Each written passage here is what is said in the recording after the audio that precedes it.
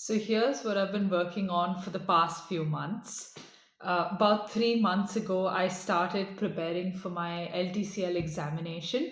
So I chose a bunch of pieces and I made sure that I choose more number of pieces than I'm actually going to have to play in the examination. Eventually, I would be dropping some, and I started off on a few of them. So I started with three of those pieces, and in hindsight, maybe that was not the best decision. Um, Honestly, I'm not sure because I did start off with three fairly difficult pieces from the entire repertoire that I've chosen. And it's been 3 months in, and I've completed about two and a half of them, which is not bad, but considering I haven't gotten further than just playing the notes from beginning to end for two and a half pieces, I think I could do better. So going forward, I might consider changing how many new pieces I take on at once. Okay, so here's how I structure my practice routine. I first start off with some little bit of technical work. I'm no expert when it comes to the perfect technique routine, or technical drills that should be practiced and that are very, very useful. But um, here's what I do some Hannons in all scales. I also watched a tone based video in which they recommended um something Honas. I forgot the first name, but it's a book of technical exercises for a virtuosic pianist. Again, I can't say I'm really doing a good job of going through that book because there's a lot of text in it. Um, so before you do a particular exercise, you read the description and where it could be used. And I think uh, the composer of the book also gave instances in which this certain exercise could be useful, like with Chopin piece and so on. Um, I haven't gone through the written text, but I have tried doing a few of those exercises. Again, I haven't really found out whether it's useful for me or not, but I'm just going to be going ahead with it. In my technical drills, what I started doing is composing my own exercises. So, something I feel I might find challenging, I'd go ahead and compose an exercise that could help me counter the issue. For example, recently I found that there was a piece in which I had an arpeggio scaling across the entire keyboard, and I found that quite difficult to play it at the tempo that it was written in. So, yeah, I mean, just finding that little bit out and then practicing the arpeggio separately, or practicing an arpeggio with similar finger movements or finger shapes is something that could help. I've also been doing scales more than I used to before, especially scales that I'm not very comfortable with. Again, I'm not sure how much it's actually going to help me, but again, through some tone based videos, I found different versions of scales that you can use. For example, playing it like a third apart. Um, that's something I haven't done in years. So that's something I could try again, playing it a sixth apart. Yeah, and there was some other recommendations like this which I think could help me with changing my scale exercise routine around. Okay, so after about half an hour of technical work, and that's another thing whether half an hour is enough or not. I mean, sometimes I just do 20 minutes. So, is 20 minutes enough at my level for the kind of pieces that I want to attempt? I don't know. So that's something I need to think about, do a little research about. Um, but anyway, so far I've been doing about 20 minutes a day of technical work. After doing the 20 minutes of technical work, I go on to my repertoire pieces. And like I mentioned earlier, I try to take on three or even more pieces at once, and I am not sure whether that is something I should continue doing, because I feel ideally I need to be able to do a piece from beginning to end in about 3 weeks' time, maybe. I know that wouldn't be sufficient time for me to perfect the piece, but at least to be able to play it from beginning to end at, let's say, 50% to 70% tempo, I think it should be. I think that should ideally be sufficient time. Of course, piece to piece it differs, and I am again not 100% sure whether that's the amount of time that's enough.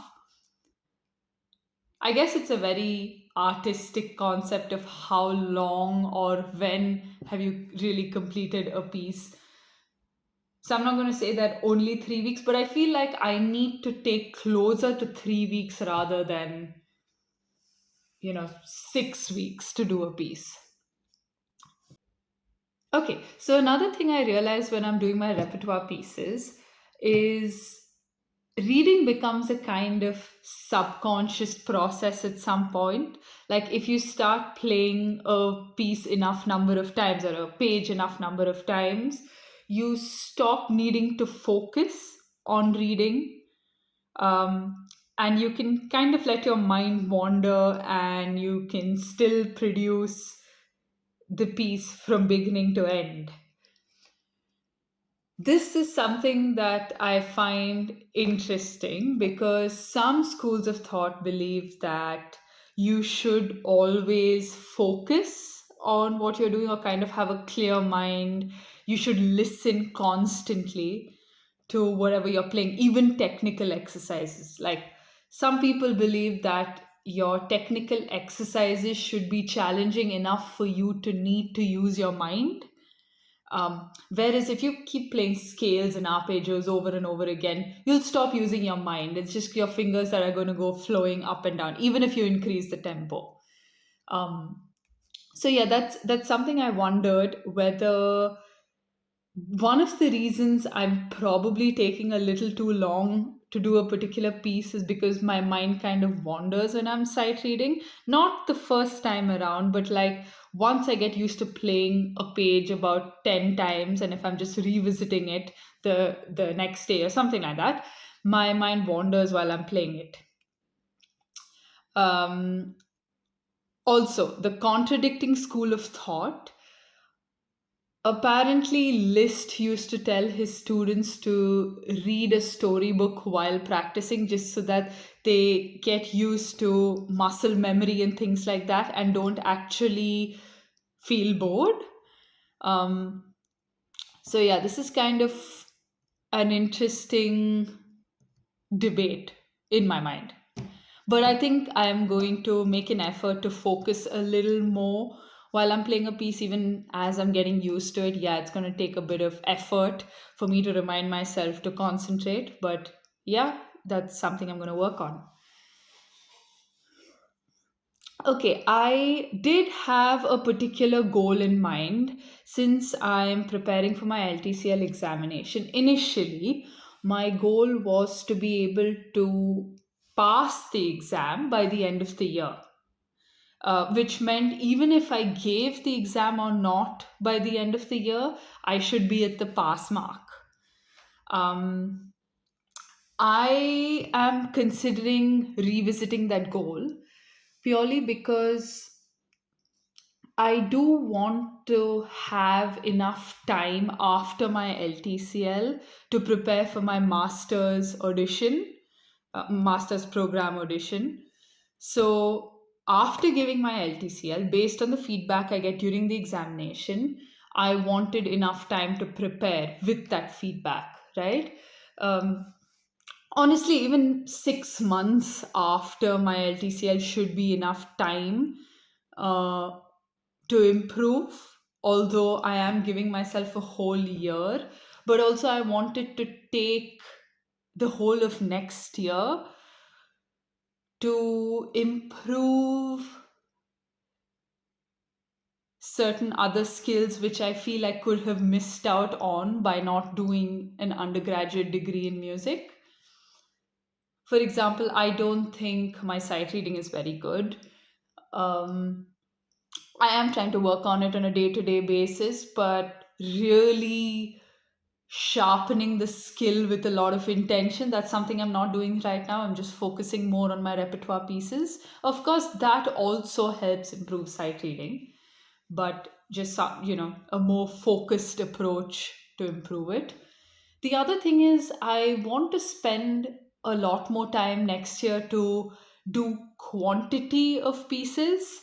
With my LTCL preparation, I am doing very difficult pieces and I'm doing a few of them. But I want to spend a lot of time next year just trying out a bunch of different pieces, whether they're of a very high level or not, just getting used to playing more and more music. That's something I'd like to do. And maybe I don't think I've had a very good foundation when it comes to year training. And I mean, I've done my Trinity examinations over the years and the year training, the oral tests that came along with that. But if I listen to a classical piece, can I make certain judgments just by listening to the piece? I'm not really explaining this well, but there is a whole lot of ear training, which when I watch videos, it comes up when people explain certain concepts, they say something that, oh, you can hear this, but I'm thinking to myself, well, I didn't hear that, and I wouldn't even have thought to hear that particular bit of thing in the piece. So yeah, that's something I want to spend some time working on as well next year. And yeah, in general, the whole of next year I want to spend getting ready for my master's audition. Okay, coming back to my repertoire pieces, I might consider revising the initial goal of completing my LTCL pieces to pass level by the end of next year. I might revise that to saying September, maybe. Maybe by September, I should be able to pass the exam. Although it seems like a very, very aggressive goal at this point, purely because uh, 3 months in to my preparation and I've just done 2.5 pieces. Yes, there have been certain breaks in between, and that's not to say that even in the rest of the year I won't have breaks. I could, I just have to account for life happens in the process as well. So I am going to try to create a more efficient piano practice routine. And also, I'm going to maybe have longer sessions each time. My initial goal was 4 hours each day. Although I have done 4 hours on a day quite often, I think more often than not, I am not hitting 4 hours. And I think maybe an average of just like 2.5 hours a day. So I think making a more efficient and a longer practice routine could help me reach the goal I have in mind. Also, the goal is not set in stone for me. It still seems like a very aggressive goal, but let's see if I can do it. Yeah.